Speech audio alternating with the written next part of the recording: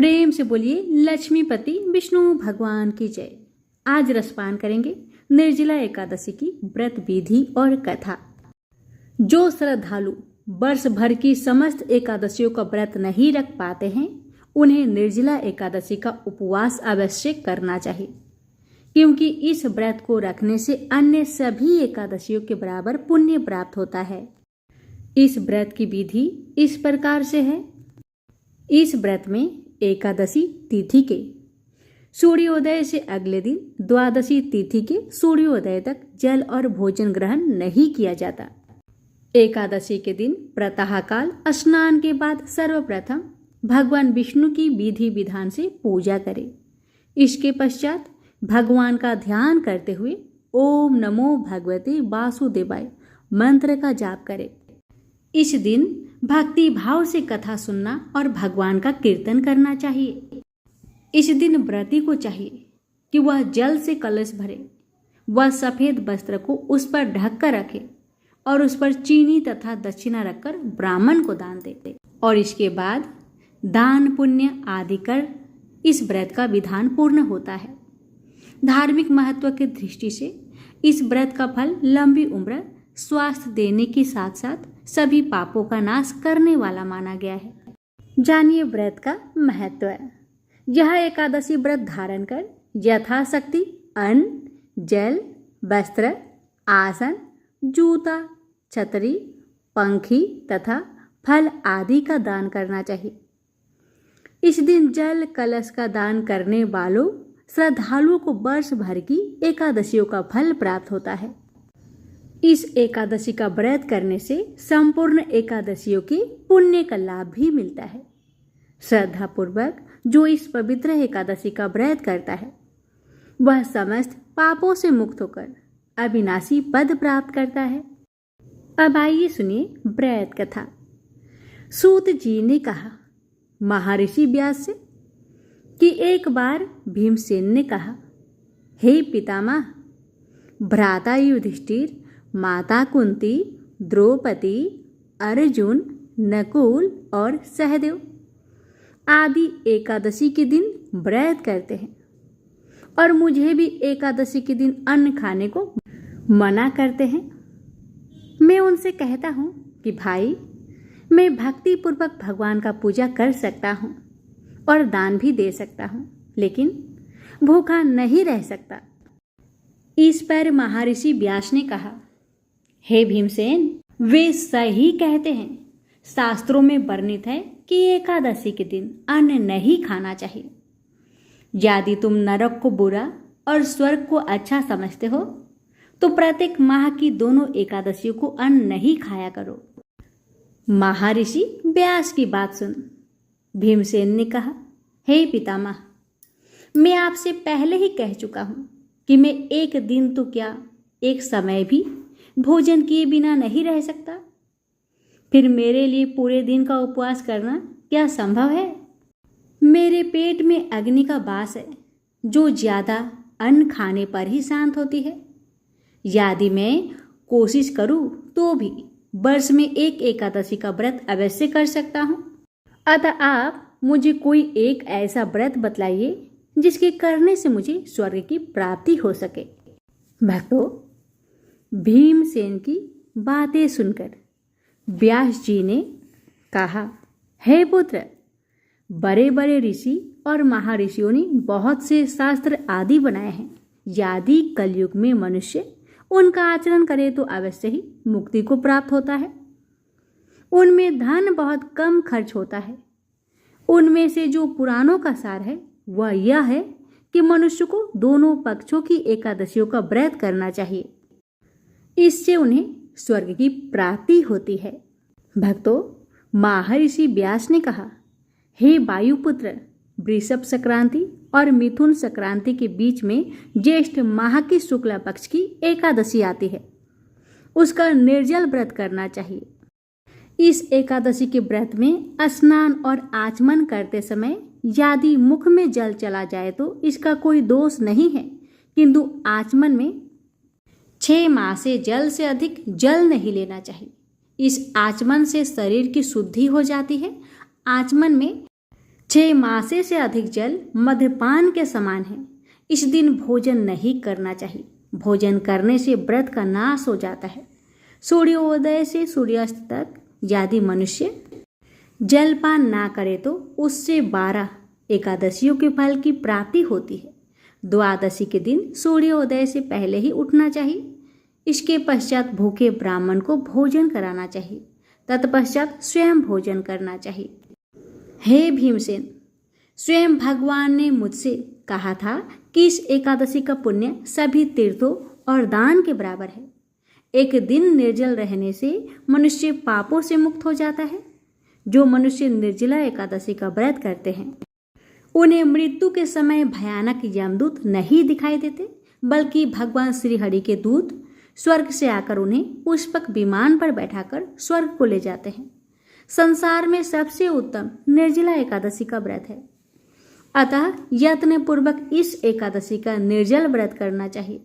इस दिन ओम नमो भगवते वासुदेवाय इस मंत्र का उच्चारण करना चाहिए। इस दिन गौदान करना चाहिए। इस एकादशी को भीमसेनी या पांडव एकादशी भी कहते हैं। निर्जल व्रत करने से पहले भगवान का पूजन करना चाहिए और उनसे प्रार्थना करनी चाहिए कि हे प्रभु, आज मैं निर्जल व्रत करती हूँ।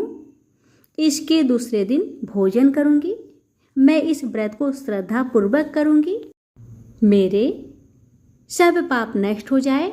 इस दिन जल से भरा हुआ घड़ा, वस्त्र आदि से ढककर स्वर्ण सहित किसी सुपात्र को दान करना चाहिए। इस व्रत के अंतराल में जो मनुष्य स्नान, तप आदि करते हैं उन्हें करोड़ फल स्वर्ण दान का फल प्राप्त होता है। जो मनुष्य इस दिन यज्ञ, होम आदि करते हैं उसके फल का तो वर्णन भी नहीं किया जा सकता। इस निर्जला एकादशी के व्रत के पुण्य से मनुष्य विष्णु लोक को जाता है। जो मनुष्य इस दिन अन्न खाते हैं उनको चांडाल समझना चाहिए। वे अंत में नरक में जाते हैं।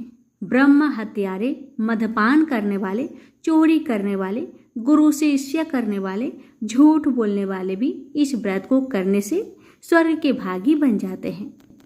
प्रेम से बोलिए हरे कृष्णा। प्राचीन समय की बात है। सतयुग में मुर नामक दानव रहता था। वह बड़ा ही अद्भुत, अत्यंत रौद्र तथा संपूर्ण देवताओं के लिए भयंकर था। उस काल रूपधारी दुरात्मा महासुर ने इंद्र को भी जीत लिया था।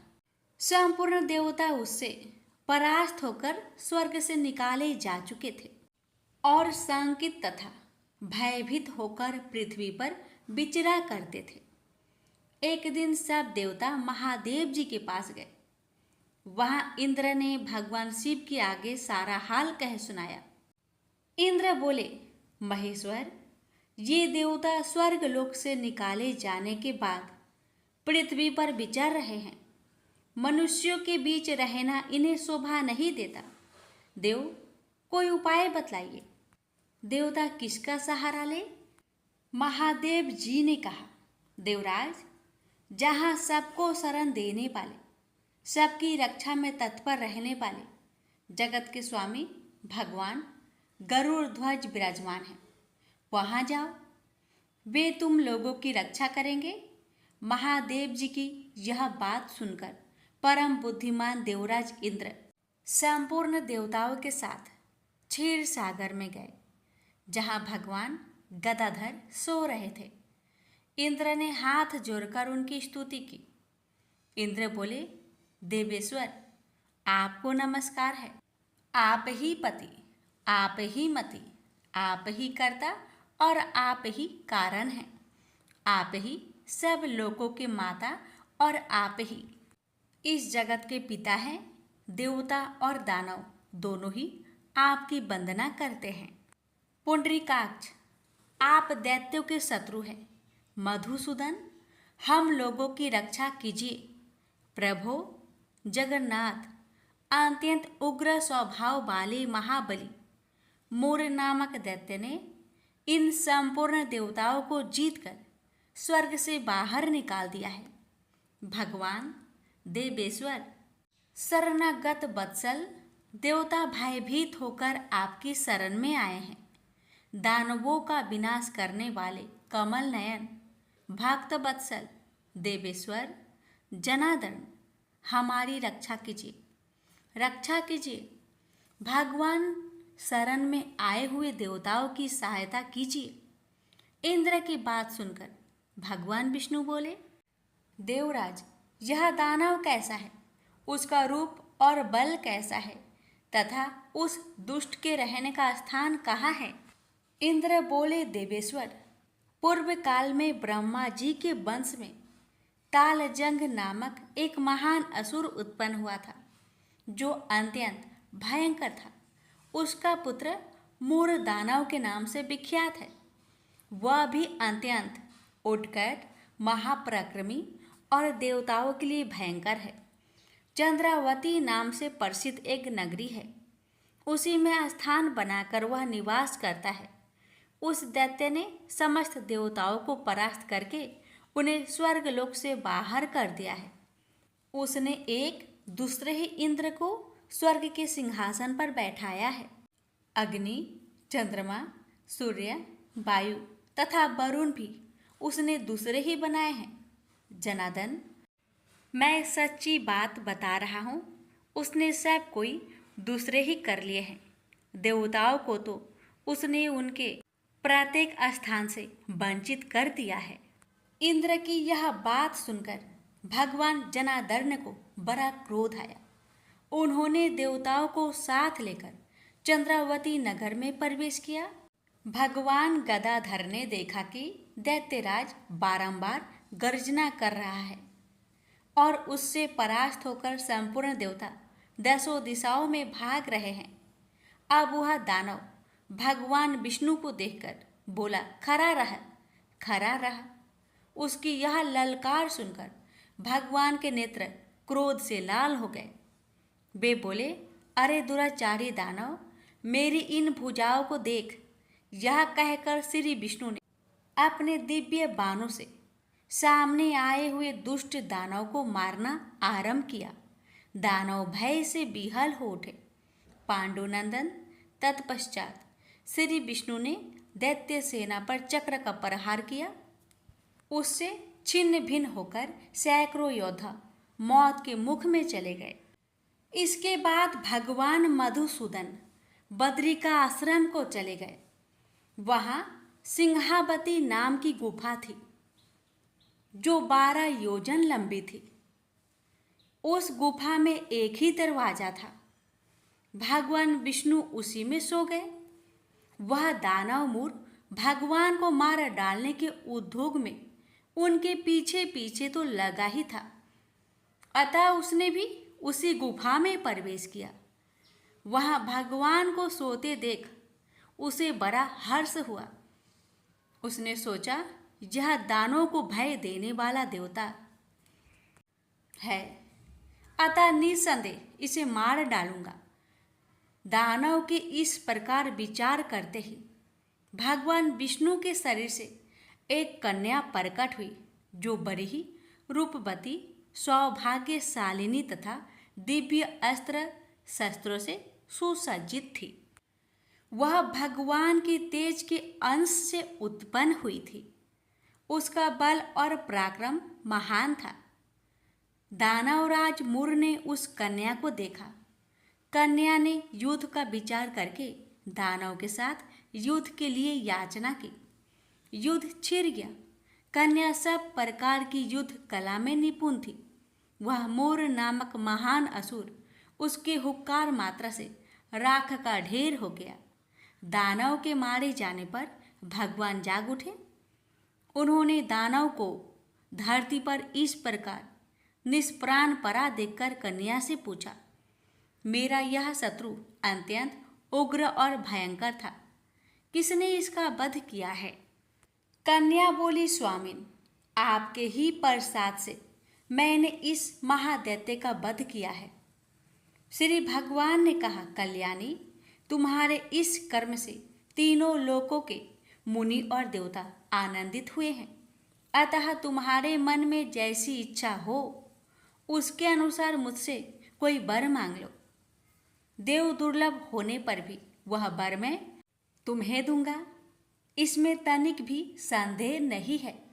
वह कन्या साक्षात एकादशी ही थी। उसने कहा, प्रभु, यदि आप प्रसन्न हैं तो मैं आपकी कृपा से सब तीर्थों में प्रधान, समस्त विघ्नों का नाश करने वाली तथा सब प्रकार की सिद्धि देने वाली देवी हूँ। जनार्दन, जो लोग आप में भक्ति रखते हुए मेरे दिन को उपवास करेंगे, उन्हें सब प्रकार की सिद्धि प्राप्त हो। माधव, जो लोग उपवास, नक्त भोजन अथवा एक भुक्त करके मेरे व्रत का पालन करें, उन्हें आप धन, धर्म और मोक्ष प्रदान कीजिए। श्री विष्णु बोले, कल्याणी, तुम जो कुछ कहती हो वह सब पूर्ण होगा। प्रेम से बोलिए, एकादशी माता की जय। एक बार देवराज इंद्र देवगुरु बृहस्पति के साथ भगवान शिव का दर्शन करने कैलाश गए। महादेव ने दोनों की परीक्षा लेनी चाहिए, इसलिए रूप बदलकर अवधूत बन गए। उनके शरीर पर कोई वस्त्र न था। उनका शरीर जलती हुई अग्नि के समान धधक रहा था और अत्यंत भयंकर नजर आते थे। अवधूत दोनों के रास्ते में खड़े हो गए। इंद्र ने एक विचित्र पुरुष को रास्ते में खड़े देखा तो चौंके।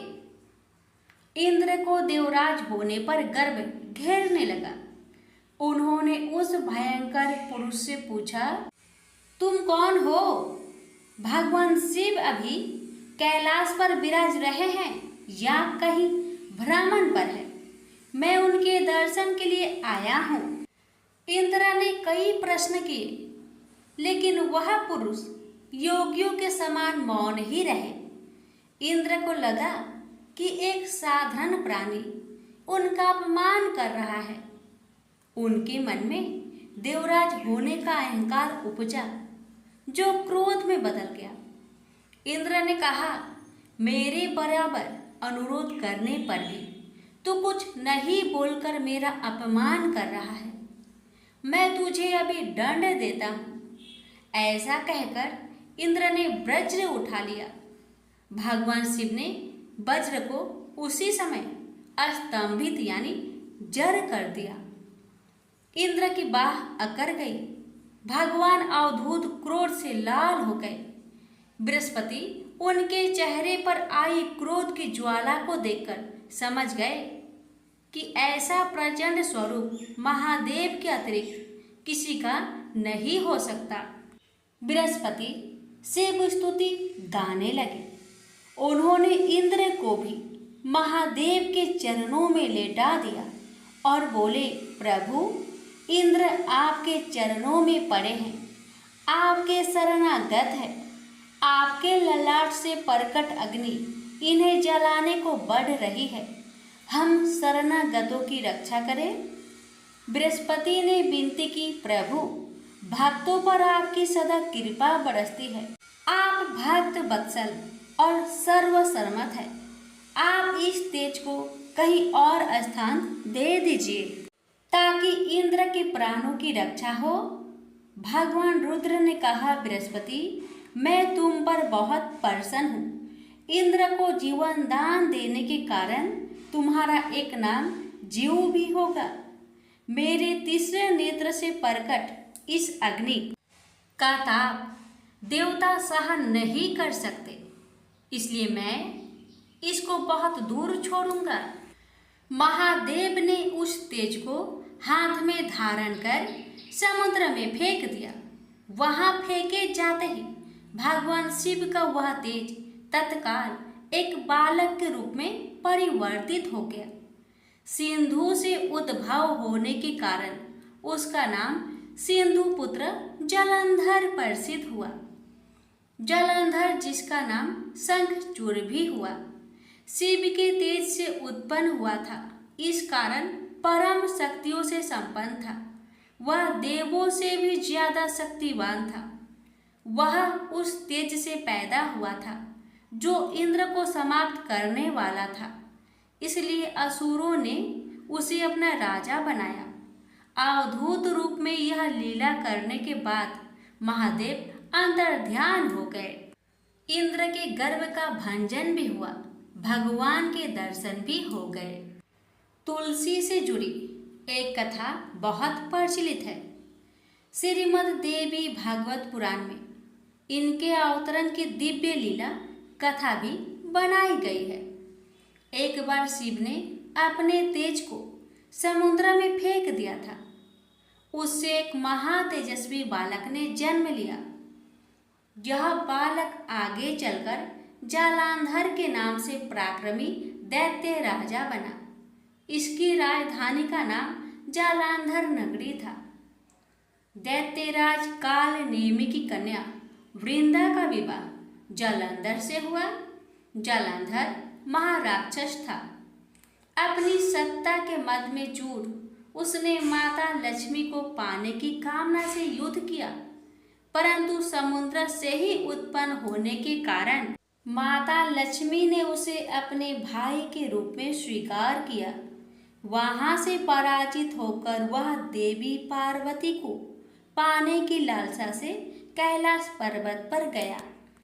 भगवान देवाधिदेव शिव का ही रूप धरकर माता पार्वती के समीप गया, परंतु मां ने अपने योग बल से उसे तुरंत पहचान लिया तथा वहां से अंतर्ध्यान हो गई। देवी पार्वती ने क्रोध होकर सारा वृत्तांत भगवान विष्णु को सुनाया। जालांधर की पत्नी वृंदा अत्यंत पतिव्रता स्त्री थी। उसी के पतिव्रत धर्म की शक्ति से जालांधर ना तो मारा जाता था और ना ही पराजित होता था। इसलिए जालांधर का नाश करने के लिए वृंदा के पतिव्रत धर्म को भंग करना बहुत जरूरी था। इसी कारण भगवान विष्णु ऋषि का भेष धारण कर वन में जा पहुंचे, जहां वृंदा अकेली भ्रमण कर रही थी। भगवान के साथ दो मायावी राक्षस भी थे, जिन्हें देखकर वृंदा भयभीत हो गई। ऋषि ने वृंदा के सामने पल में दोनों को भस्म कर दिया। उनकी शक्ति देखकर वृंदा ने कैलाश पर्वत पर महादेव के साथ युद्ध कर रहे अपने पति जालंधर के बारे में पूछा। ऋषि ने अपनी माया जाल से दो बानर प्रकट किए। एक बानर के हाथ में जालंधर का सिर था तथा दूसरे के हाथ में धर। अपने पति की यह दशा देखकर वृंदा मूर्छित होकर गिर पड़ी। होश में आने पर उन्होंने ऋषि रूपी भगवान विष्णु से विनती की कि वह उसके पति को जीवित करे। भगवान ने अपनी माया से पुनः जालंधर का सिर धड़ से जोड़ दिया, परंतु स्वयं भी वह उसी शरीर में प्रवेश कर गए। वृंदा को इस छल का जरा आभास न हुआ। जालंधर बने भगवान के साथ वृंदा पतिव्रता का व्यवहार करने लगी, जिससे उसका अस्तित्व भंग हो गया। ऐसे होते ही वृंदा का पति जालंधर युद्ध में हार गया। इस सारी लीला का जब वृंदा को पता चला तो उसने क्रोध होकर भगवान विष्णु को शीला होने का श्राप दे दिया तथा स्वयं सती हो गई। जहाँ वृंदा भस्म हुई वहाँ तुलसी का पौधा उगा। भगवान विष्णु ने वृंदा से कहा, हे वृंदा, तुम अपने अस्तित्व के कारण मुझे लक्ष्मी से भी अधिक प्रिय हो गई हो। अब तुम तुलसी के रूप में सदा मेरे साथ रहोगी। जो मनुष्य भी मेरे शालिग्राम रूप के साथ तुलसी का विवाह करेगा उसे इस लोक और परलोक में विपुल यश प्राप्त होगा। जिस घर में तुलसी होती है वहाँ यम के दूत भी असमय नहीं जा सकते। गंगा व नर्मदा के जल में स्नान तथा तुलसी का पूजन बराबर माना जाता है। चाहे मनुष्य कितना भी पापी क्यों न हो, मृत्यु के समय जिसके प्राण मंजरी रहित तुलसी और गंगा जल मुख में रखकर निकल जाते हैं वह पापों से मुक्त होकर बैकुंठ धाम को प्राप्त होता है। जो मनुष्य तुलसी व आंवले की छाया में अपने पितरों का श्राद्ध करता है, उसके पितर मोक्ष को प्राप्त हो जाते हैं। उसी दैत्य जालंधर की यह भूमि जालंधर नाम से विख्यात है। सती वृंदा का मंदिर मोहल्ला कोट किशनचंद में स्थित है। कहते हैं इस स्थान पर एक प्राचीन गुफा थी जो सीधी हरिद्वार तक जाती थी। प्रेम से बोलिए जय श्री हरि। श्रीमद् भगवत गीता पाठ 11वां अध्याय। अर्जुन ने कहा, हे भगवान, मुझ पर कृपा करके अत्यंत गुप्त आध्यात्मिक विषयक वचन जो आपने कहे उनसे मेरा मोह दूर हो गया है। हे कमल नयन, मैंने जीवों की उत्पत्ति और आपके मुख रविंद्र से विस्तार पूर्वक सुना। आपने जैसे अपने रूप का वर्णन किया वह आपका रूप देखने की मेरी इच्छा है। हे योगेश्वर, हे मधुसूदन, आप यदि मुझे उसके देखने योग्य समझे तो आप अपना वह अव्यय रूप मुझे दिखाइए। भगवान जी ने कहा, पार्थ, नाना प्रकार के, नाना वर्ण के और नाना आकारों के मेरे शत शत सहस्त्र सहस्त्र दिव्य रूप को देखो। हे भारत, तुम वसु, रुद्र, अश्विन कुमार, मरुदगन और जो पहले कभी ना देखे थे ऐसे मेरे आश्चर्यमय रूप को देखो।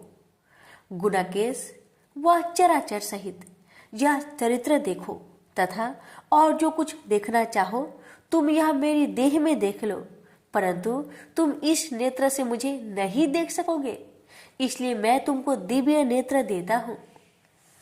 उनसे मेरा विराट रूप देखो। संजय ने धृतराष्ट्र से कहा, हे राजन, इस प्रकार श्री कृष्णचंद्र ने अर्जुन से कहा और उसको दिव्य दृष्टि देकर अपना अलौकिक रूप दिखाया। उस विश्व रूप के अनेक मुख तथा अनेक नेत्र थे, उसमें अनेक अद्भुत दृश्य थे और उसमें अनेक सुंदर सुंदर आभूषण तथा दिव्य आयुधियों से सुसज्जित थे। देह पर दिव्य पुष्प, दिव्य वस्त्र थे, दिव्य गंध देह पर लगे थे। उस समस्त आश्चर्य युक्त अनेक देव के सब और मुख दिखाई देते थे। आकाश में हजारों सूर्य की प्रभा एक साथ हो तो भी उस महात्मा की प्रभा की समानता न कर सकेगी। उस समय अर्जुन ने देवादि देव के शरीर में अनेक प्रकार से विमल इस समस्त जगत को एकत्रित देखा। अर्जुन आश्चर्य से चकित हो गया और उसका शरीर रोमांचित हो गया। उसने सिर नवाकर हाथ जोड़कर, हे देव, आपकी इस देह में सब देह भिन्न प्राणियों के समुदाय कमलासन पर बैठे हुए देवताओं के इस ब्रह्म संपूर्ण ऋषि और दिव्य सर्प को मैं देखता हूँ। हे विश्वेश्वर, तुम्हारे अनेक भुजा, अनेक उदर, अनेक मुख, अनेक नेत्र है, अतः आपका रूप अनंत है। आपके अंत तथा आदि को मैं नहीं देखता, किंतु समस्त मैं आपका ही रूप देखता हूँ।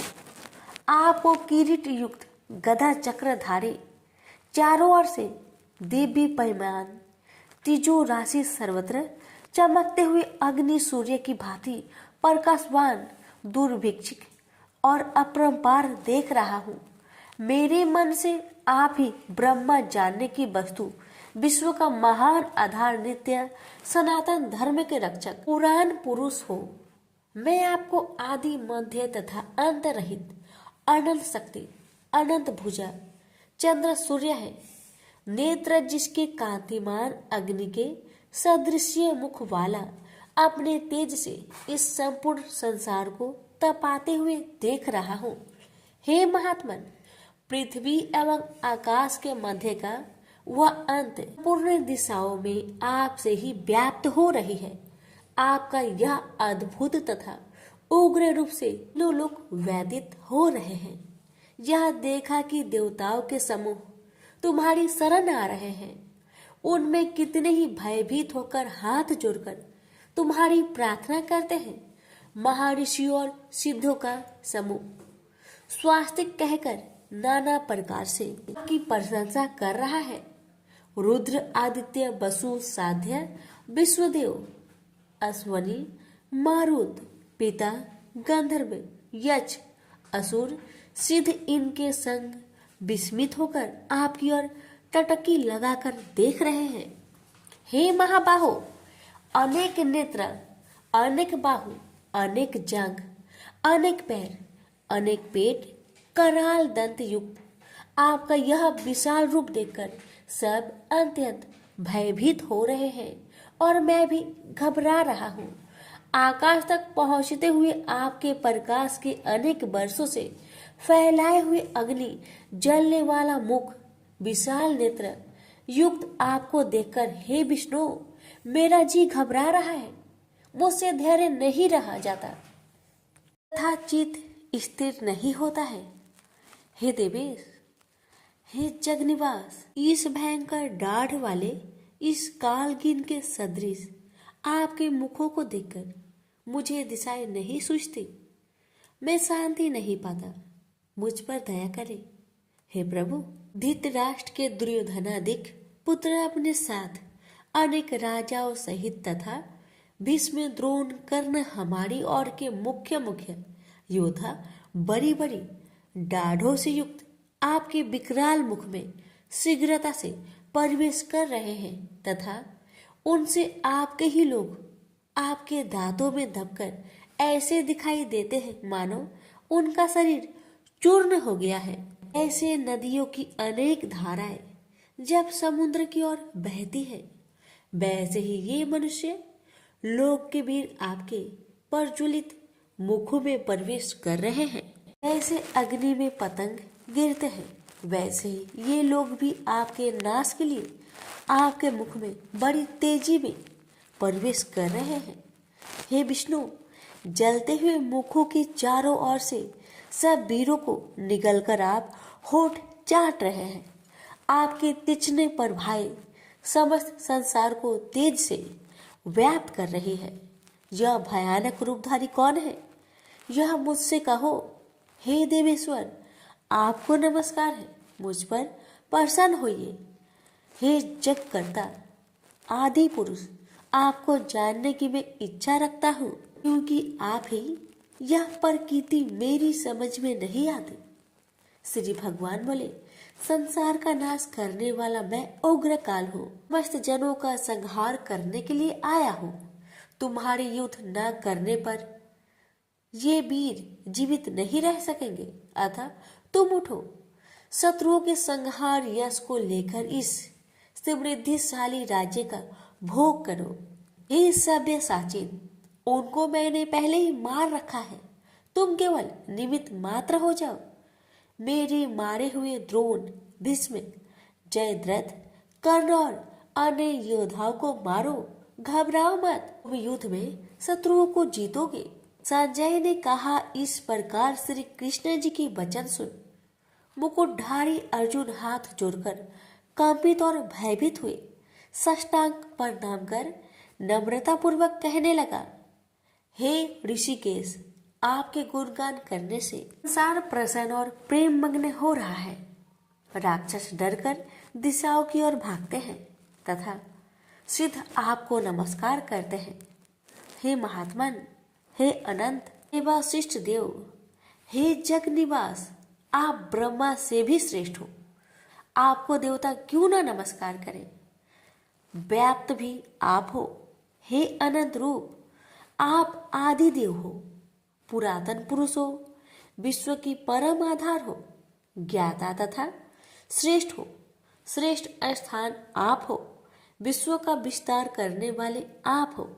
आपकी महिमा को ना जानकर मैंने आपको अपना मित्र मानकर हे कृष्ण, हे सखे, ऐसा जो तिरस्कार से कहा सो परमोद से तथा स्नेह से हे अच्युत, आप प्रियमय रूप आपसे इन बातों की क्षमा मांगता हूँ जो कि मैंने परिहास से विहार सोते बैठते और भोजन समय अकेले अथवा मित्रों के मध्य में आपका अपमान किया है। आप इस स्थान जंगल रूप लोक के पिता, पूज्य और महान गुरु हो। त्रिलोकी में भी आपके समान कोई नहीं है। आपसे अधिक अतुल प्रभाव कहाँ से होगा। इसलिए स्तुत्य इस आपसे सिर झुकाकर प्रणाम करके यही प्रार्थना करता हूँ कि मुझ पर कृपा करें।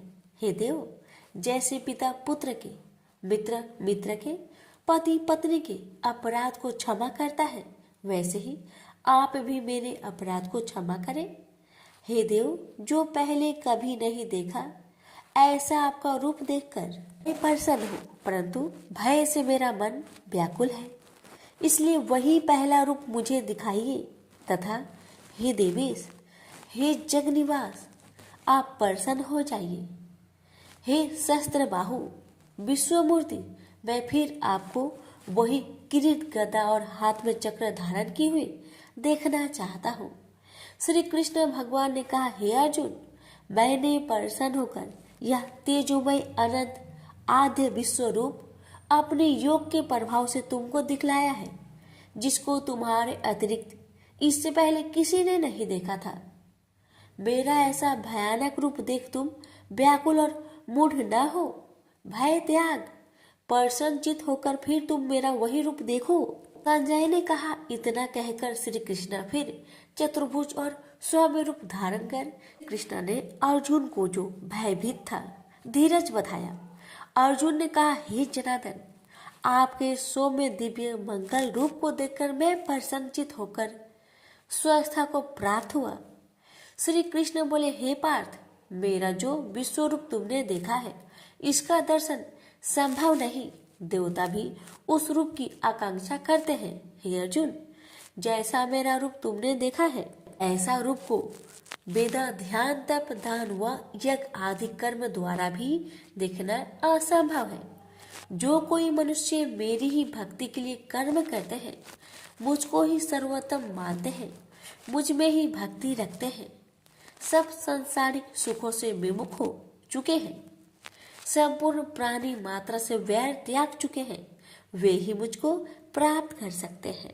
प्रेम से बोलिए श्री कृष्ण भगवान की जय। सुनिए 11वां अध्याय की महात्म्य। श्री भगवान जी बोले, हे लक्ष्मी, अब 11वें अध्याय का महात्म्य सुनो। एक तुंगभद्र नामक नगर था, जिसके राजा का नाम सुखानंद था।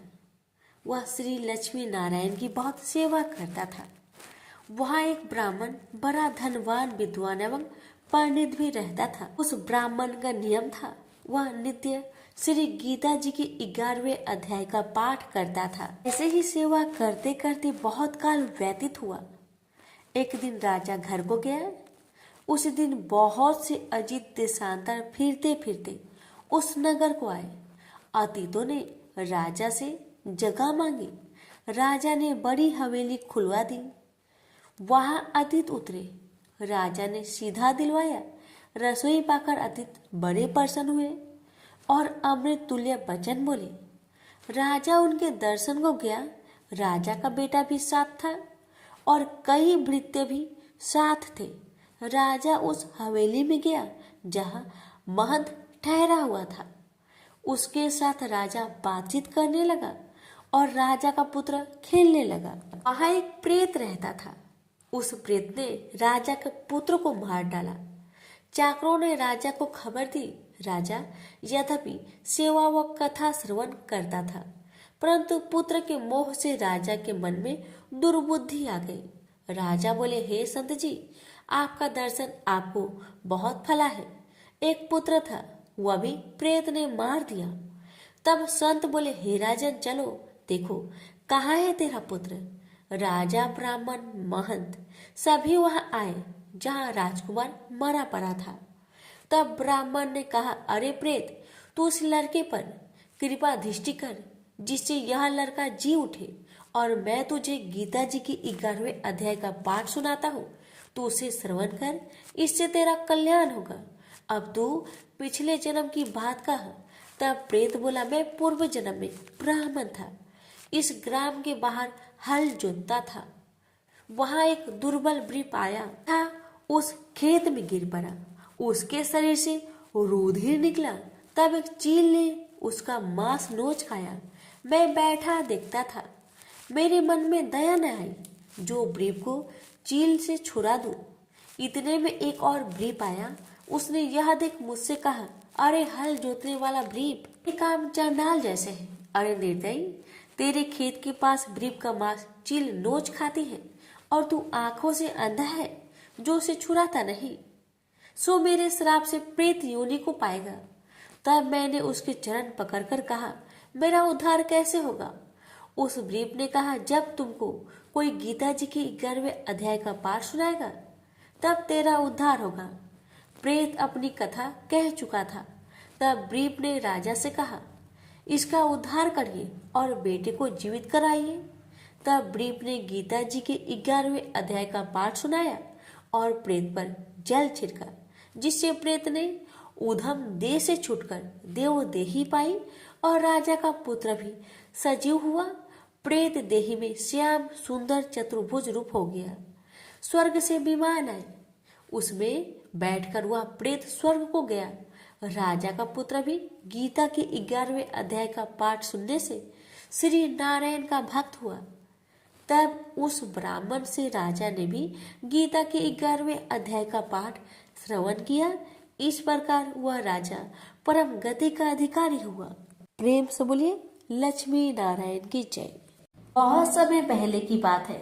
किसी गांव के बाहर एक बरगद का पेड़ था, जिसके पास ही गणेश जी का एक छोटा सा मंदिर था। गांव में और मंदिर नहीं थे, इसलिए सब लोग इसी मंदिर में आकर पूजा किया करते थे। गांव में एक भिखारी भी रहता था। भीख मांगना ही उसका काम था। गांव छोटा सा था। भिखारी को काफी भीख नहीं मिलती थी, इसलिए यह और कोई उपाय न देखकर मंदिर के दरवाजे पर बैठने लगा। सोचने लगा कि लोग यहाँ धर्म करने आते हैं और नहीं तो सही पेट भरने लायक भीख तो मिल जाया करेगी। भिखारी दिन भर मंदिर के दरवाजे पर बैठा रहता और जब वहां किसी को आते देखता तो शिव शिव रटने लगता। इस तरह बेचारा दिन भर गणेश जी और शिव जी का नाम जपता रहता था, मगर शाम तक उसे भीख मिलती थी। फिर 2-4 मुट्ठी अन्न और कुछ फल मूल और कभी कभी 4-6 पैसे मिलते थे। हालांकि इतनी थोड़ी आमदनी से किसी की गुजर कैसे हो सकती है। फिर भिखारी को अपना ही नहीं बल्कि अपनी बेटी की भी चिंता करनी पड़ती थी। उसकी बेटी का नाम था कमला और वह बड़ी चतुर और बड़ी समझदार थी, मगर चतुराई और समझदारी से तो पेट की आग नहीं बुझती। उसे तो भोजन चाहिए, इसलिए कमला कभी कभी अपने बाप को भोजन पाने के लिए तंग करने लगती थी। उस वक्त भिखारी के दिल पर बड़ी चोट लगती। उसकी आंखें भर आती थी। वह चिंता के समुद्र में डूब उतरने लगता था। गर्मी के दिन थे, दोपहर का समय था। ऊपर आसमान और नीचे धरती धक धक जल रही थी। चारों तरफ सन्नाटा छा रहा था। ऐसे ही समय में महादेव पार्वती लोगों का सुख दुख देखने इस संसार में आए। चलते चलते वे उसी गांव में पहुंचे और गणेश जी के मंदिर के सामने से निकले।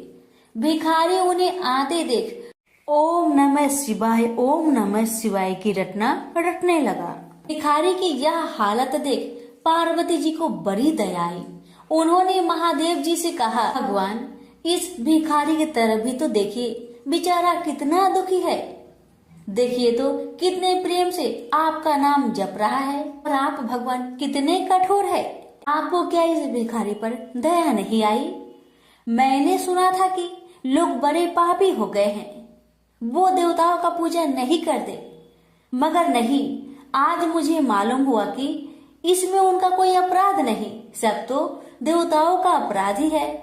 इसी भिखारी को ले लीजिए। बेचारा को आपका नाम लेते लेते बरसों बीत गए, इतने पर भी अभागा पेट भर भोजन तक नहीं पाता। जब देवता ही ऐसे कठोर हो जाएंगे तब कोई काहे उनकी पूजा करेगा। अब महादेव जी को पार्वती जी की बात लग गई। भगवान बोले, देवी आप असल बात क्या है नहीं जानती और आप जान भी नहीं सकती, क्योंकि आपका हृदय ही इतना कोमल है कि मैं कहता हूँ देवी आप जिद ना करें, जो हो रहा है उसे होने दीजिए। देवी ने एक ना सुना तो भगवान ने कहा, ठीक है, तो मैं आज इस भिखारी के लिए कुछ बंदोबस्त करा देता हूँ, जिससे इस भिखारी का दुख दूर हो जाएगा। इतना कहकर महादेव जी पार्वती जी के साथ मंदिर में पहुँचे। माता पिता को आते देख गणेश जी उठकर खड़े हो गए। उन्होंने बड़े प्रेम से माता पिता को प्रणाम किया। महादेव जी ने गणेश जी को आशीर्वाद दिया और कहा, देखो बेटा, यह भिखारी बरसों से तुम्हारे द्वार पर बैठा है, मेरा नाम जपा करता है, मगर तुमने अब तक इस पर दया क्यों नहीं किया? अब ऐसा कुछ उपाय करो जिससे इस बेचारे का दुख दूर हो जाए। गणेश जी ने हाथ जोड़कर उत्तर दिया, अच्छी बात है पिताजी, 7 दिन के भीतर उसका दुख दूर हो जाएगा, उसे कहीं न कहीं से 2 लाख रुपए मिल जाएंगे। गणेश जी का उत्तर सुनकर महादेव पार्वती आगे को चल गए। इसी समय एक बनिया मंदिर में पूजा करने आया था। वह आड़ में छिपा छिपा महादेव जी और गणेश जी की बातें सुन रहा था। उसने सोचा, ये तो बहुत अच्छा मौका है, यदि थोड़ी चतुराई से काम लूं तो सहज ही 2 लाख का मालिक मैं हो सकता हूँ। बस वह बड़ी खुशी से भिखारी के सामने पहुंचा और उसे प्रणाम कर एक तरफ बैठ गया। भिखारी को आज तक किसी ने प्रणाम नहीं किया था, न कोई उसके पास आकर बैठा ही था। बनिए की इस काम से भिखारी ने समझा कि यह बेशक कोई भला मानुष है। वह मन ही मन प्रसन्न हुआ और बनिए से बोला, बाबा, आप बहुत दयालु जान पड़ते हैं, कहिए मेरे पास आने की कृपा क्यों कर हुई? आप नहीं जानते, मैं एक गरीब भिखारी हूँ। बनिए को तो अपना मतलब गांठना था। मीठेपन से बोला, आप भिखारी है? कौन कहता है कि आप भिखारी है? मुझे अच्छी तरह मालूम है कि आप एक पहुंचे हुए महात्मा हैं और आपके दर्शन से लोगों के पाप दूर हो जाते हैं। मैं भी आपके दर्शन करने चला आया हूँ। मुझे आपसे कुछ पूछना है, यदि आज्ञा दो तो पूछो। भिखारी खुशी से बोला, पूछिए।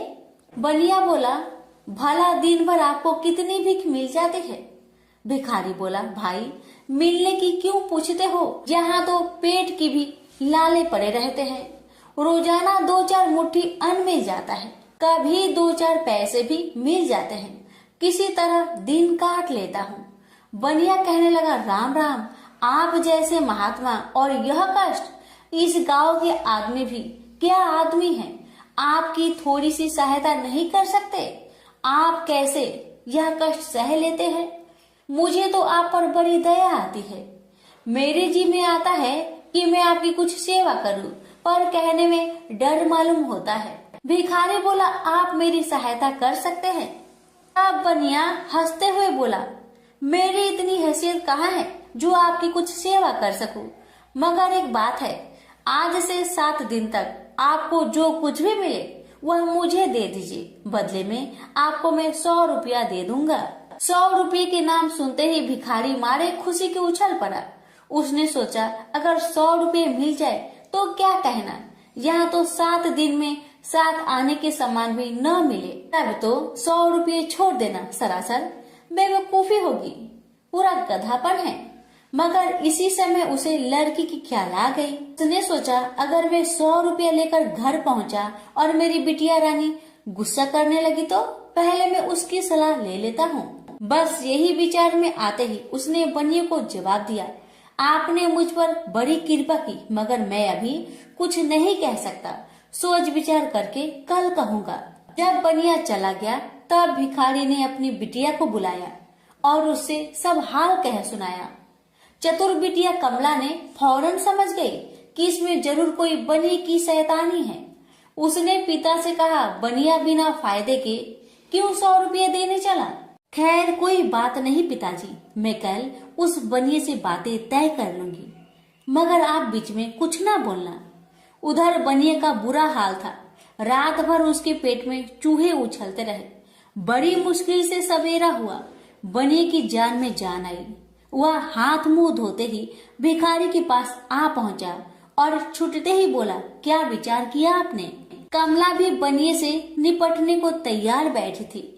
बनिए की बात सुनते ही उसने जवाब दिया, सेठ जी, हम लोगों ने विचार किया भला 100 रुपये में क्या होता है, इतना सस्ता सौदा होना मुश्किल है, माफ कीजिए।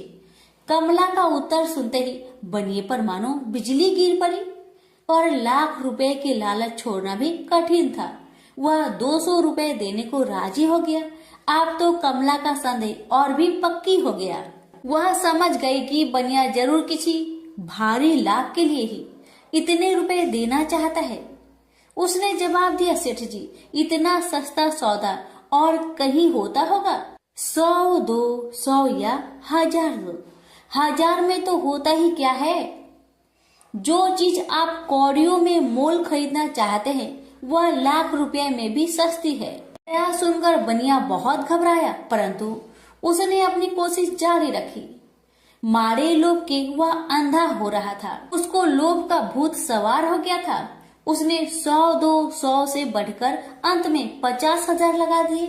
अब कमला ने सोचा इतने रुपए थोड़े नहीं होते। अब बिटिया कमला ने सोचा इतने बड़े रकम को छोड़ना ठीक नहीं है। उसने बनिए से कहा, खैर आप नहीं मानते तो मैं ही आपकी बात मान लेती हूँ, मगर शर्त ये है कि रुपए अभी मिलने चाहिए। ये शर्तें मंजूर करने में बनिए को क्या उजर थी। वह खुशी खुशी घर लौटा।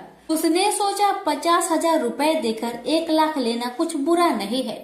2 लाख न सही 1.5 लाख मालिक तो बन ही जाऊंगा।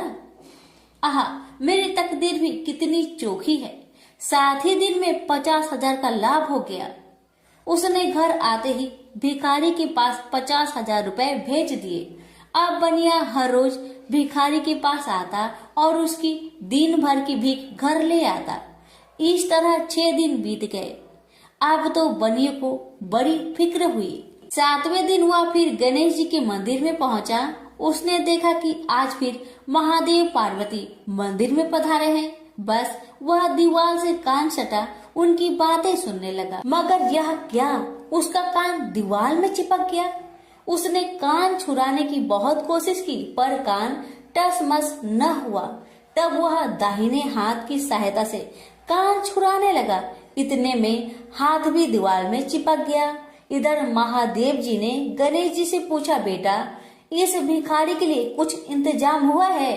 गणेश जी बोले, जी हाँ, उसे 50,000 रुपए तो दिलवा दिए हैं, बाकी के लिए बनिए को दीवार से चिपका कर रखा है। यह बनिया बड़ा लोभी कंजूस है।